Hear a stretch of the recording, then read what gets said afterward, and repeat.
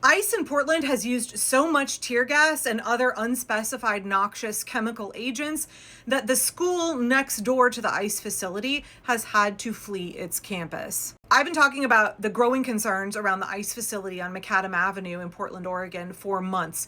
The ICE building is next door to a school and across the street from low-income apartments. There has been an ongoing sustained protest there for months.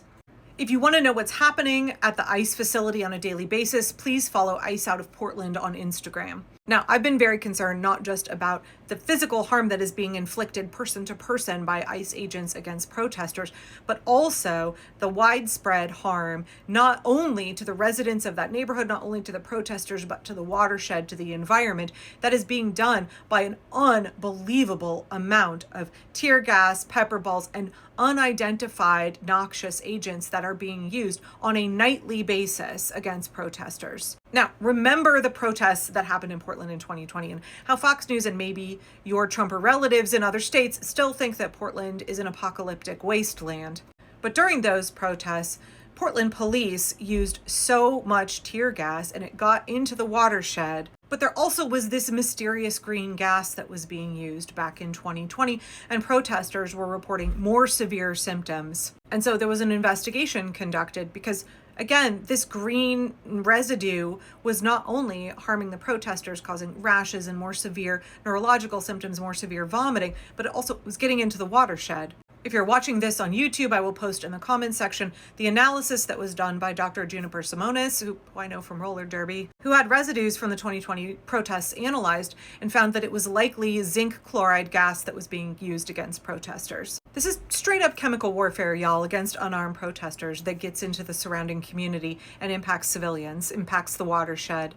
Green gas has been banned in a number of countries, and it was banned in 2020. Portland police can no longer use it, and they can't use tear gas in routine protests anymore because there was such a devastating impact here in Portland in those BLM protests back then. But the incessant pummeling of the community around the Macadam facility is not being done by Portland police, it's being done by ICE. And months ago, when I saw an ICE Out of Protest video showing this green gas being deployed, I immediately sounded the alarm across all my socials. Because at the time, it wasn't clear to me whether it was ICE doing this or Portland police. And I was like, Portland police aren't allowed to do this. Since then, it's become really glaringly apparent that it's just ICE that's doing this. And back then I was like, so why aren't we filing a lawsuit? Why is there not a group, the city of Portland, working to file an injunction to stop ICE from using these chemical agents next door to a school and in a residential neighborhood?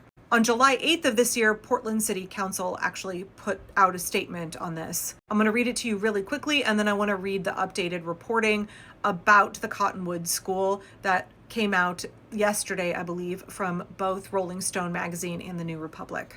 So, statement from Portland.gov: city leaders are concerned about the use of chemical munitions near the Federal Immigration and Customs Enforcement Facility in South Portland. Here are the steps we are taking to reduce use and impact. So after many reports of chemical munitions being used against protesters, Mayor Keith Wilson and city leaders reaffirmed Portland's commitment to protecting the rights of all individuals to peaceful protest and free speech.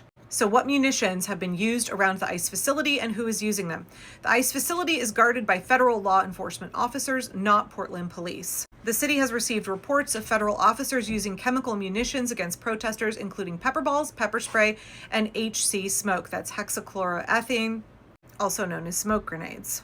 3 Portland police officers used pepper spray on June 12th, but otherwise have not deployed any chemical munitions as of the date of this update. Again, if you're watching this on YouTube, go to the video description because I will link to some good information about the toxicity of hexachloroethane and how it is attributed to the production of zinc chloride, as well as the toxicity and potential lethality of zinc chloride. So the question is, what is Portland City Council doing to mitigate the impacts? They said that the Portland Police Bureau maintains extensive rules aimed at reducing the use of tear gas and pepper spray, but that Portland police officers have no lawful authority over the actions of federal law enforcement officers, aka the American Gestapo, known as ICE. So what the city has done about it, they have sent the contractor Rapid Response, who cleans up homeless encampments, sweeps homeless camps. They've sent them into dry vacuum inlets to the area. They've had environmental services and again, Rapid Response, and also PBOT wash the roadways of residuals, and then they try to capture that wash before it moves into the stormwater system. PBOT also installed inlet inserts to capture any of the chemical residue before it gets into the watershed. They are inspecting those catchment systems to make sure they are functioning properly. As of yet, I have not found any evidence that the city is moving to file an injunction. I have not found any evidence that residents of that neighborhood nor the school has moved to file an injunction or taken any legal action whatsoever to protect the students, to protect the residents. Now, last time I was down at the protest site, I walked over and the school had like a little laminated sign on the front of it expressing their concern about the fact that the playground for students was full of pepper balls, that there was chemical residue in the wood chips where little children were going to be playing, right? Because at the time I was there, summer break, right? We're getting ready to move into the school season. And now yesterday we have reporting from Rolling Stone and the New Republic that the school has decided to decamp to another location. The site is so hazardous now that kids can't go to school there. Just want to remind you that people live directly across the street from this facility where ICE is just dumping night after night after night clouds and clouds of these toxic gases into a residential community. And what is the city doing to stop it? What is the state doing to stop it? So now the Cottonwood School has had to move, and its executive director, Laura Cartwright, told Portland ABC News that they were finding munitions on school grounds on a daily basis at the end of the school year last night, and they were getting footage of green gas that was drifting onto school property and into the school gardens. The director said, "We can't have children picking up a plastic tear gas ball that's going to pop."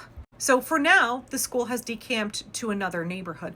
ICE is making a Portland neighborhood uninhabitable. We're continuing to watch ICE conduct chemical warfare against unarmed protesters in Portland, Oregon. What is the city doing to stop it? What is the city doing to protect our residents, the watershed, our quality of life, our school children? Why is this allowed to go on night after night after night? I know I'm not an attorney, but I wonder, where is the legal relief that is being sought?